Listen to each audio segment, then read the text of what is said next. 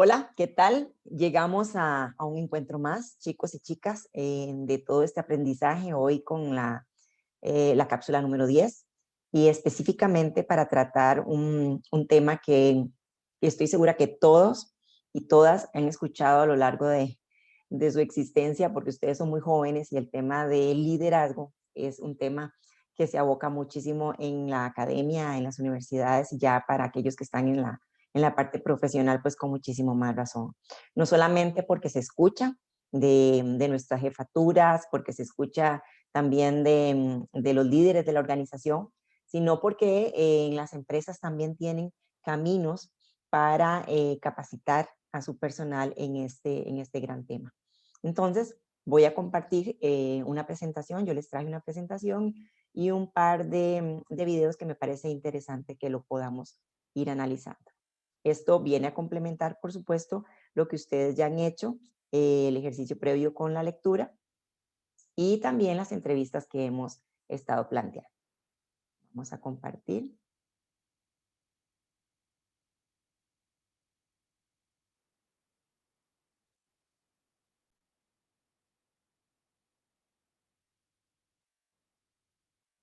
y listo.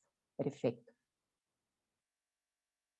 Bueno, como bien mencionaba, este es un tema que no debe ni puede resultar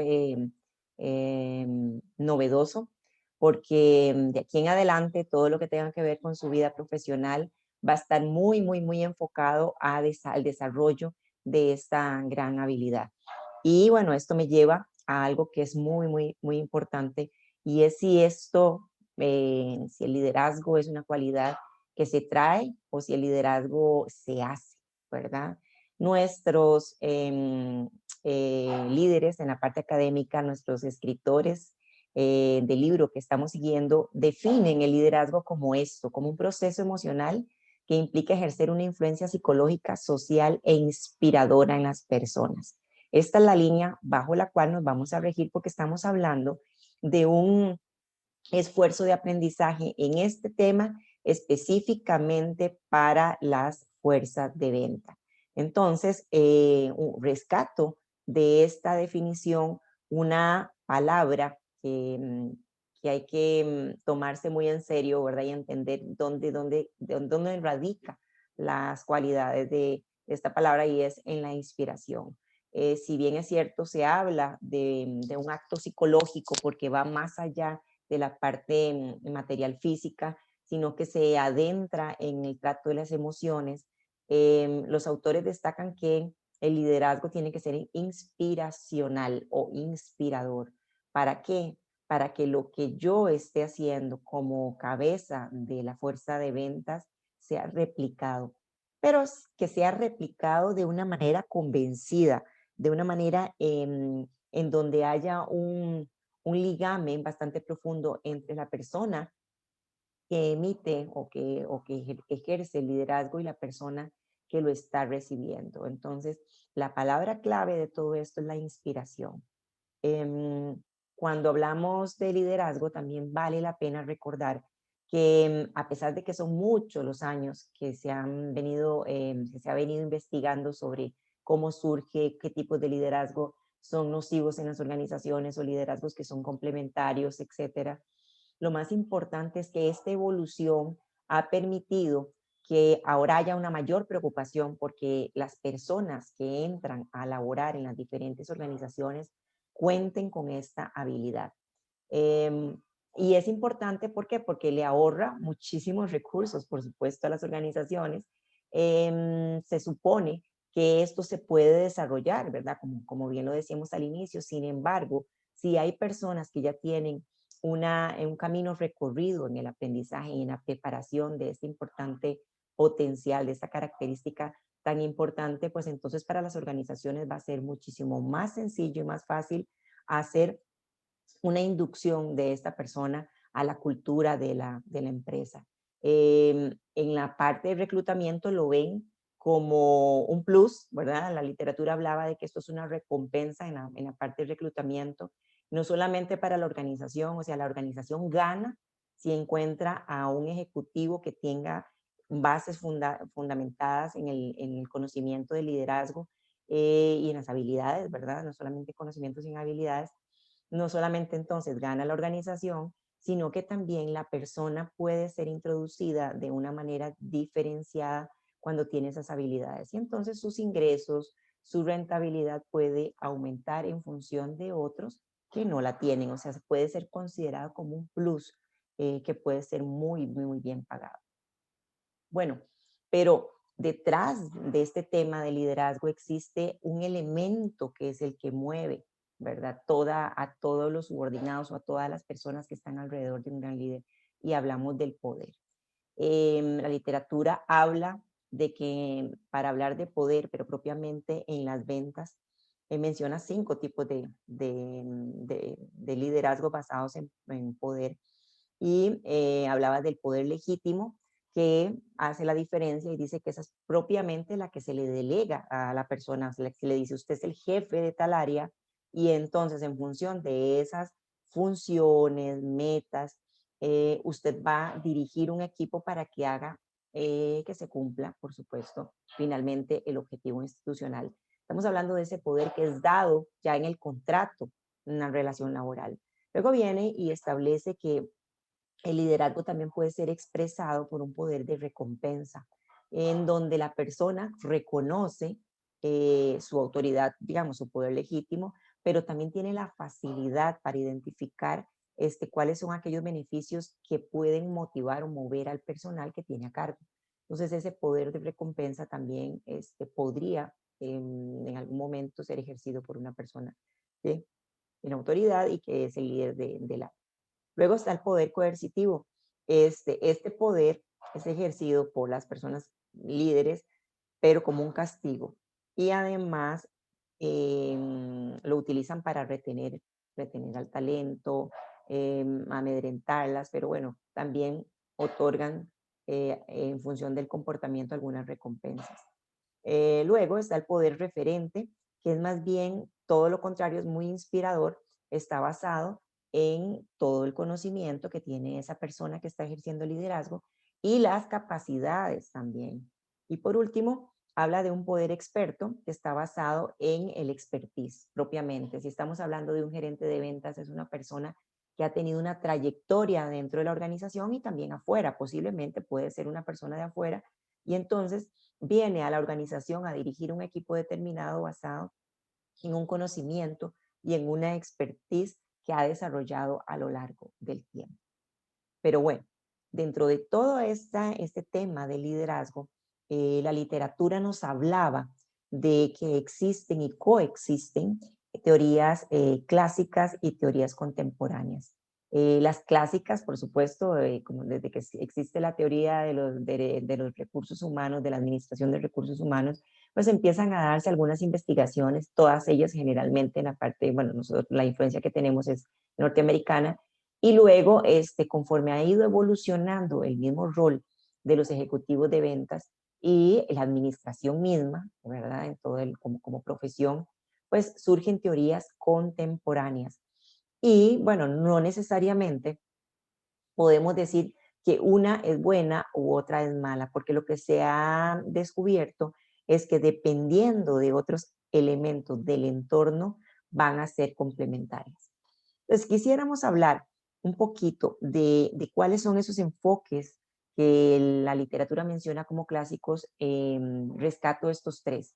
Y el primero tiene que ver con rasgos y se basa en que, bueno, todos los seres humanos tenemos ciertas características denominadas rasgos que van a favorecer, dependiendo del rol en el que se encuentren, en el área laboral en que se encuentren, van a definir ciertos comportamientos. Entonces, esta teoría menciona que para las personas que van a liderar equipos hay ciertos rasgos determinados que van a ser fuertes para decir que su trabajo va a ser muchísimo más efectivo que otros que no poseen estos rasgos.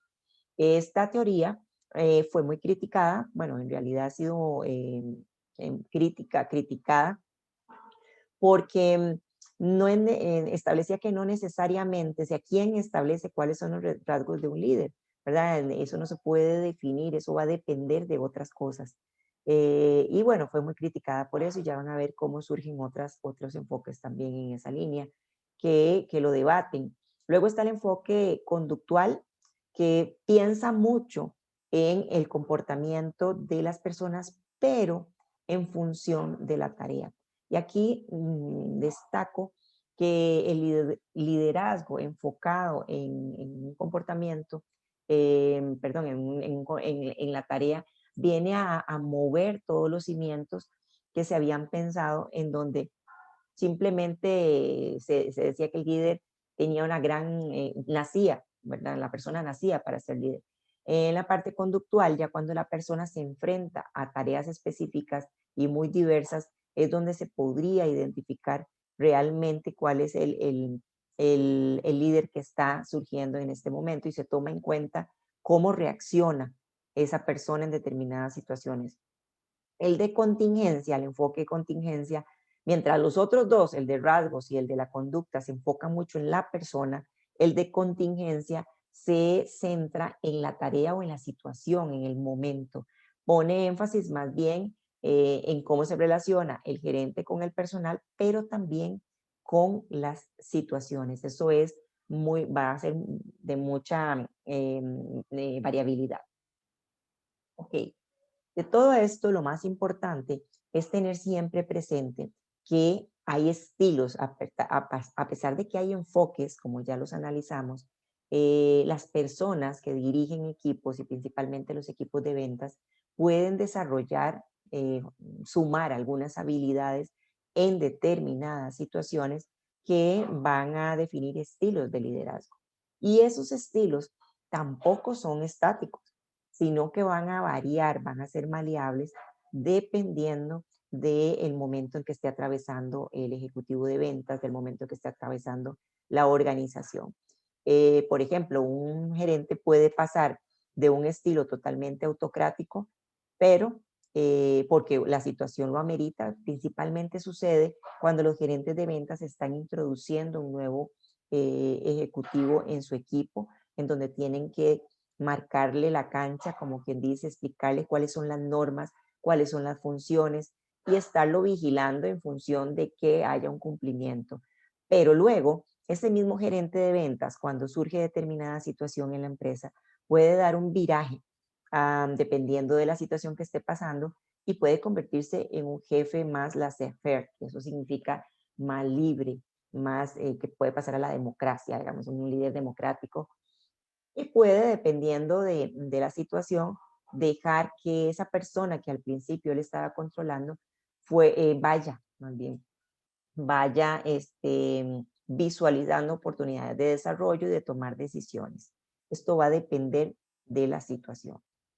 Pero bueno, también es importante reconocer, y el libro menciona, que se ha dado el surgimiento de varios enfoques que vienen a complementar los clásicos o más bien en algunos casos a renovar esos enfoques que estaban muy basados propiamente en una autoridad muy autocrática que ejercían los líderes. Entonces nos encontramos con tres enfoques que son el transformacional, el Pigmalión y el Empowerment. El transformacional está descrito por el autor o los autores como líderes visionarios que están muy interesados en potenciar cada vez más las habilidades de su equipo de trabajo y en fortalecer todo su desempeño para sacarle lo mejor de sí y ponerlo en función de las metas establecidas por la organización. El otro enfoque es el de Pigmalión, que es un enfoque que lo que intenta es inyectar muchísimo positivismo en sus ejecutivos para que se la crean, como quien dice, es ponerle metas muy altas, pero metas que sí pueden ser reales y hacer que su equipo, con mucho estímulo positivo, puedan lograr las metas. Y por último, el que me parece que todos conocemos muchísimo más que los anteriores es el empowerment, en donde hace la teoría, hace un reconocimiento no solamente de la información, el conocimiento que tienen las personas, sino de la experiencia y de la motivación que cada uno de las personas, cada uno de los ejecutivos tiene de sí misma. Entonces, impulsa una liberación para que todas esas habilidades, todas esas, ese potencial sea puesto al servicio de la meta que tienen como equipo. Y el empowerment, hay una figura que me parece a mí importante destacar porque toda la gestión en lo que se refiere a la fuerza de ventas está enriquecido con, bueno, que está resumido acá en este gráfico y tiene fortalezas que van no solamente potenciando, por ejemplo, la primera que habla del carácter del vendedor es potenciando habilidades propias del vendedor como la confianza, el compromiso, ese deseo, ¿verdad? La ética de prosperar y la ética y los valores. Em, También ofrece un tema de empoderamiento hacia la cultura, a fomentar una cultura dentro del equipo de cooperación, de colaboración. También permite que la gente se desarrolle y le abre oportunidades, no solamente para ejercer poder y distribuirlo, sino que también tome decisiones, que tenga facilidad en la toma de decisiones. Y por último, el último cuadrante nos dice que otra de las fortalezas es que va a desarrollar muchísimo más las habilidades de cada uno de los vendedores. No solamente de comunicación, de autoadministración, sino que lo ayuda a investigar un poquito más para mejorar su cercanía con la tecnología, por ejemplo. Entonces, el empowerment es hoy una herramienta excelente de mucho uso para las fuerzas de ventas. Pero bueno, ¿cómo lo ven algunas otras empresas? Para hablar de estilos de liderazgo, quisiera compartirles un pequeño video de una multinacional que está enfocada a la gestión de talento profesional. Vamos a ver.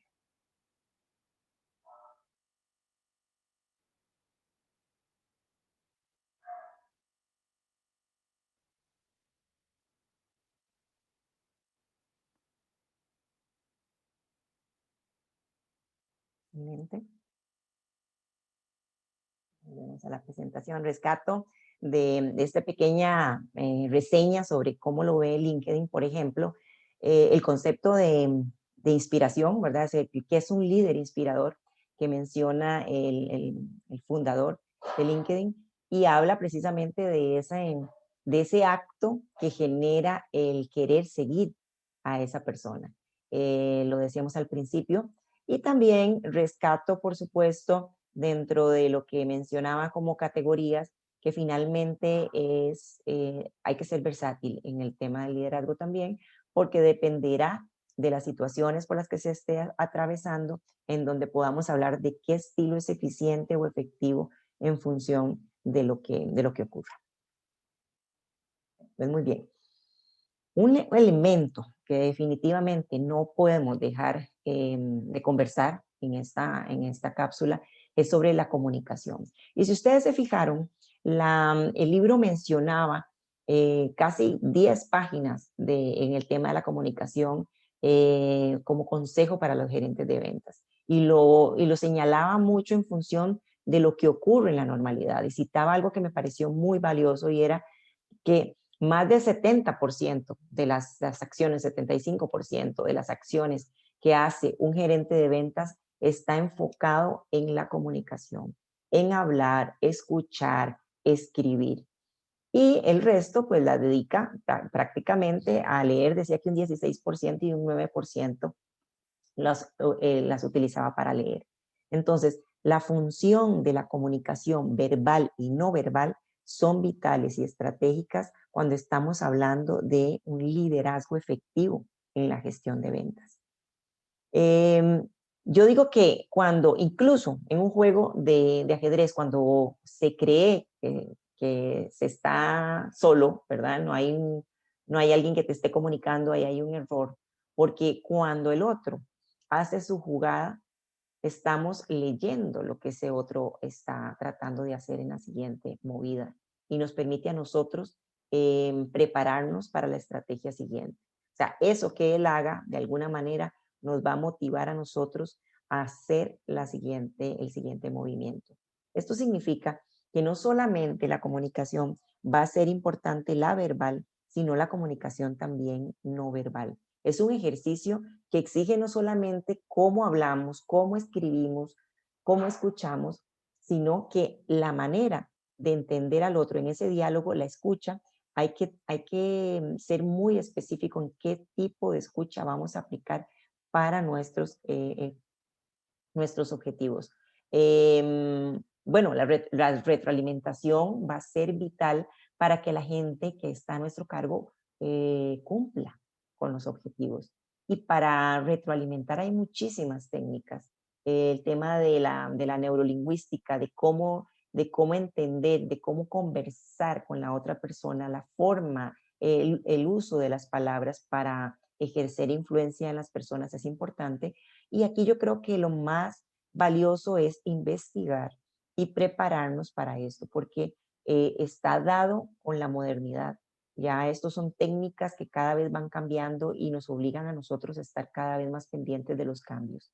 El tema de la escucha, yo quería detenerme también, porque no solamente se trata de escuchar al otro desde un ámbito de información que fluye de un lado a otro, sino que tenemos que ser, recomienda la literatura, tenemos que hacer una escucha que es activa y que también sea empática. No nos quedemos con la información de esperar lo que el otro dice para criticar, ¿verdad? Ya esa espera para ejercer una crítica limita muchísimo el tema de la comunicación. No fluye lo que el otro nos está diciendo o queriendo decir. Entonces, seamos cuidadosos con el tema de la escucha, busquemos una escucha activa, una escucha empática. Recuerden que la escucha empática es aquella que toma en cuenta la persona que está hablando, desde dónde lo está diciendo, cuál es su sentimiento. Y la escucha activa no solamente contempla eso, sino contempla la situación. ¿Cuál es esa situación que el otro está poniendo en la mesa? Aunque estemos en desacuerdo, la escucha activa siempre busca cómo solucionar ese problema que se está poniendo en la mesa. Entonces, para mí, esas dos técnicas de escucha vienen a ayudarnos a poder ser más efectivos en el proceso de la comunicación y también en el proceso de la retroalimentación.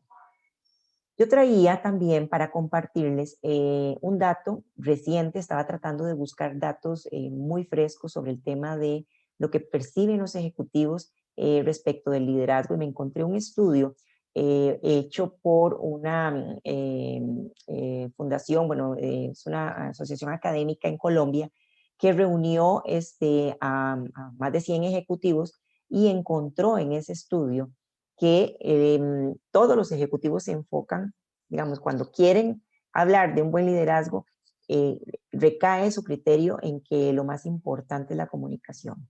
Entonces, quiero que lo veamos un momentito para luego continuar con la explicación.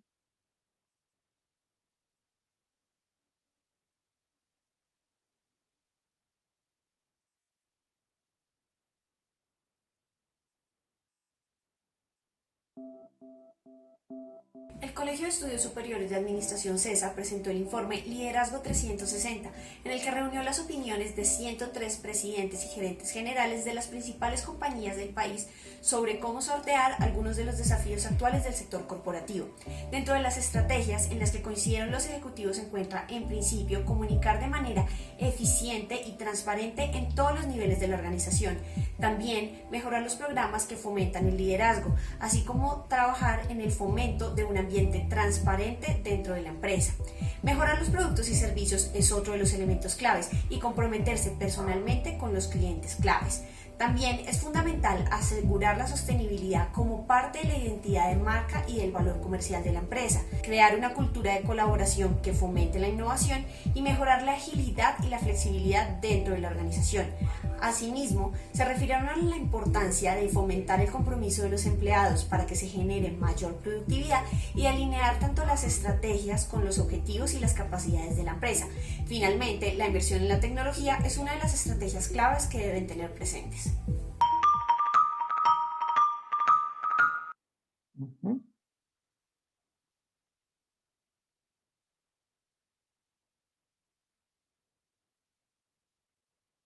Vieron cómo es importantísimo, si estamos hablando de compañías grandes de Colombia como Rappi, Nutresa, Avianca, L'Oreal, Tigo, Cementos, Argo, Bimbo, y bueno, la parte de la banca como Bancolombia estuvo presente. Fueron 103 personas las consultadas y lo más valioso referido a lo que estamos tocando en este momento es el tema de la comunicación. Un 55% de los entrevistados de ese espectro de 106 gerentes consultados dicen que ese es el tema de la comunicación es vital, o sea, lo ponen en primer lugar y hablan de una comunicación efectiva, coherente y transparente, que es algo que no habíamos tocado, pero también tiene un gran valor si queremos mover fuerzas de ventas. La transparencia en la comunicación hace que nuestros colaboradores se conviertan en aliados muchísimo más poderosos a nuestra favor, a favor de la marca.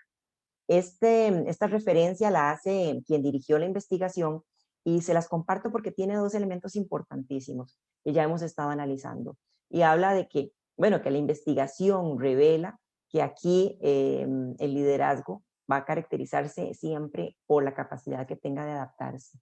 Y agregó algo que me parece muy valioso, es que estos líderes tienen que pensar en el impacto social de la empresa. Esto es algo novedoso, pero también viene a alimentar mucho toda esta tendencia de que las empresas y las marcas tienen que irse abocando a ese bien social o a esa responsabilidad social para que generen impacto en sus públicos de interés. Y bueno, eso lo rescato porque aunque no tenga que ver con un tema de liderazgo sobre gerente de ventas, sí tiene que ver con un liderazgo empresarial que finalmente es la que va a acompañar toda el aprendizaje que los líderes, digamos, aprender, delegan los líderes de la corporación en cascada a los líderes de las diferentes áreas y entre ellos los gerentes de ventas. Entonces, yo llego hasta acá. Pienso que con esta presentación complementamos el aprendizaje en el liderazgo y está en sus manos investigar un poco más sobre esto de las tendencias y principalmente de las combinaciones posibles que puede haber dependiendo de las situaciones que viva un gerente de ventas. Esto es solamente con la práctica vamos a poder identificar y con una larga estadía en una corporación o en un sector comercial podemos identificar cuáles son esos estilos de liderazgo que son necesarios en determinados momentos. Y bueno, parte del aprendizaje es que el liderazgo, pues, primero que todo, se hace, no se nace. Y segundo, que es muy maleable. O sea, en realidad vamos a depender de situaciones específicas para adoptar ciertos rasgos y liderar gente para que logre sus objetivos y metas. Hasta aquí la cápsula de hoy. Espero que les haya sido de utilidad.